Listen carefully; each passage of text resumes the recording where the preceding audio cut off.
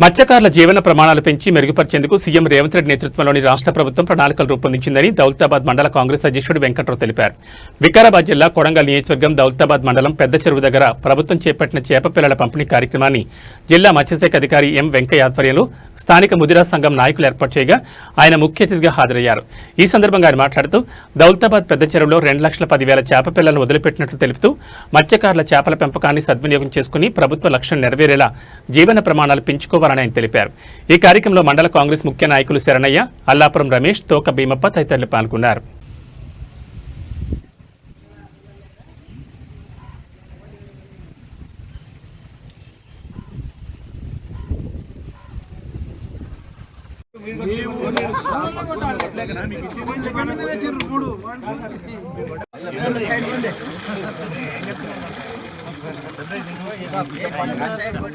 చెరువుల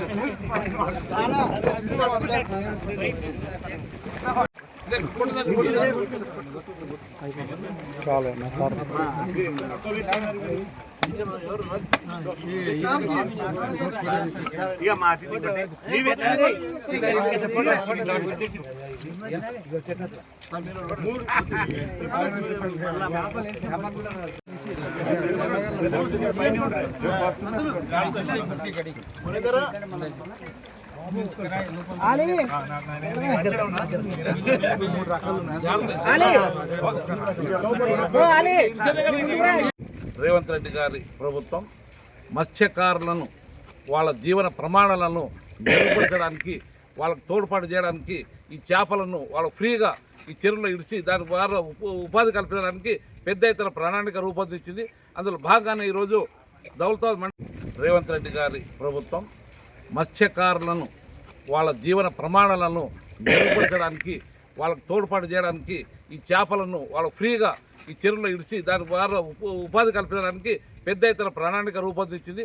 అందులో భాగంగానే ఈరోజు దౌలతాబాద్ మండల కేంద్రంలో 2,10,000 చేప పిల్లల్ని వదిలిపెట్టడం జరిగింది. దీని ద్వారా మీకు అందరికి ఉపాధి కల్పిస్తుంది. ప్రభుత్వాన్ని తప్పకుండా మీకంతా మీ సంక్షేమం కొరకు పాటుపడింది.